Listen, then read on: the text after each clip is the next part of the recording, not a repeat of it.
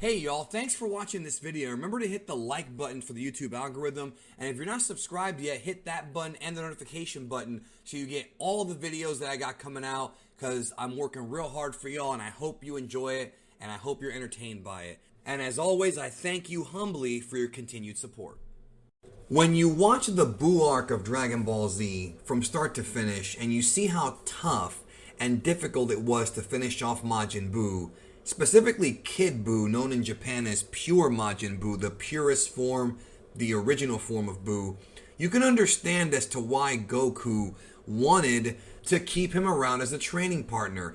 Goku specifically asked Enmadayo, otherwise known as King Yama, to reincarnate Kid Buu as a regular human child, but this time to make him a benevolent, good person, but to retain the potential that Kid Buu had. And thus, in the final 3 episodes of Dragon Ball Z, aka the last chapter of the manga, there is a 10-year time skip that happens where Goku first meets Uub, the reincarnation of Buu. Incredible how his parents were able to figure out how to name him that. And it ends with Goku sparring with him and eventually realizing that he is indeed the reincarnation and going off to train him to be the possible next big hero and the next big challenge for Goku to improve himself as a fighter.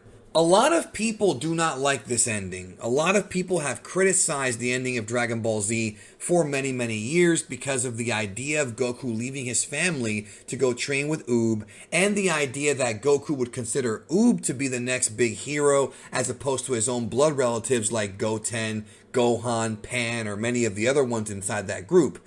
But I never had a major problem with it because it seems like Goten and Gohan and the other half-breeds were a bit preoccupied with their own regular lives to really focus on being heroes. Plus, the potential that Kid Buu gave them, the fight that Kid Buu gave them, was enough to spark Goku's interest. And you have to also remember that this fairy tale that Goku went off to train with Uub and never visited his family is just that, a fairy tale. I don't care what Dragon Ball GT says. The reality is, it doesn't make any sense that Goku would just leave and not at least go home. If Goku knows how to teleport, and by this point can do it very easily, would it not make sense that Goku would maybe train with Uub during the day and still go home and spend time with his family at night, sleep with his wife and whatnot? I've always found that to be a really weird statement that people have made about the end of Z, but that's not why I'm making this video. I'm making this video because when Dragon Ball Super began and the entire Dragon Ball Super timeline, it became a bit of a strange anomaly involving Uub, because even though Dragon Ball Super takes place before the introduction of Uub to the story and after the defeat of Kid Buu during the 10-year time skip, by the time we get to even the halfway point of Dragon Ball Super, even the Universe 6 arc or the Trunks arc, Goku being so enamored with Uub's potential was kind of diminished in a way. Because even though Kid Buu had tons of stamina and was very hard to kill, it would make no sense that Goku would want to train with him, considering that Goku at this point had faced off against people like Beerus, had witnessed the power of the angels, and other characters. Even Vegeta had evolved way beyond the point of Kid Buu. And on top of that, we're not even going to talk about Broly and Jiren and Hit and the other strong fighters that Goku met along the way in Dragon Ball Super. And one of the big head scratchers that fans had since the beginning of the run of Dragon Ball Super was, why would Goku really give a damn about Uub's power if he's felt the power of all these characters that are significantly more powerful than him? Does Uub really have that much potential? Well, the Moro arc added several layers to this that I feel are comfortable ones that kind of make the end of Z more powerful and also more exciting when talking about the future beyond the end of Z. Uub had always shown potential, but at the beginning of the Moro arc, we find out that Kid Buu, and really most versions of Majin Buu, have a form of divine ki, God Ki, which was first introduced in Dragon Ball Z Battle of Gods when Beerus first used God Ki. And we know that God Ki is a higher form of power than just a regular old everyday ki. Even though there are characters that do not know how to use God Ki that can compete with the gods, God Ki still gives you the edge, which is why forms like Super Saiyan God and Super Saiyan Blue are so much more potent in power. So why would Goku go back to Uub if he's felt this incredible new strength? Well, Dragon Ball Super Manga Chapter 66 kind of added layers to that, because now we know that the divine energy, the God Ki that Kid Buu had, has been inherited into Uub.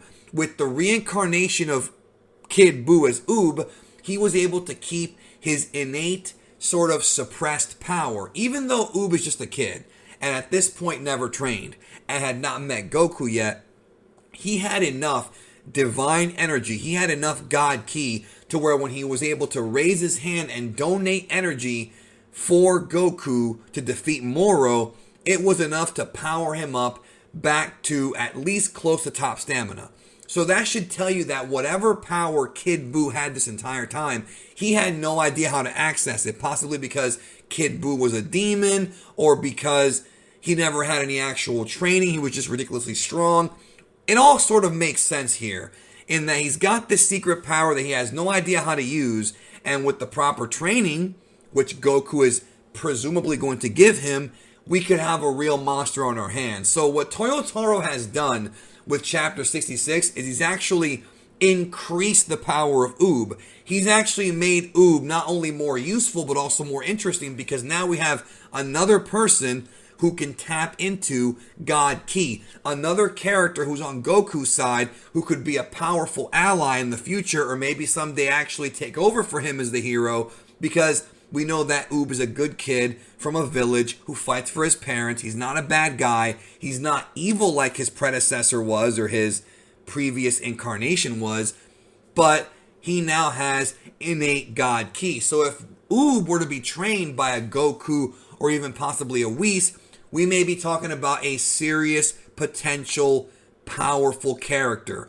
And one of the things I have to say about all this is that I have criticized Toyotaro and his mistakes a lot, but to me, this is one change or retcon or addition, if you want to use that word, that I actually agree with, because now what Toyotaro has done is added a new layer of power and interest to Uub.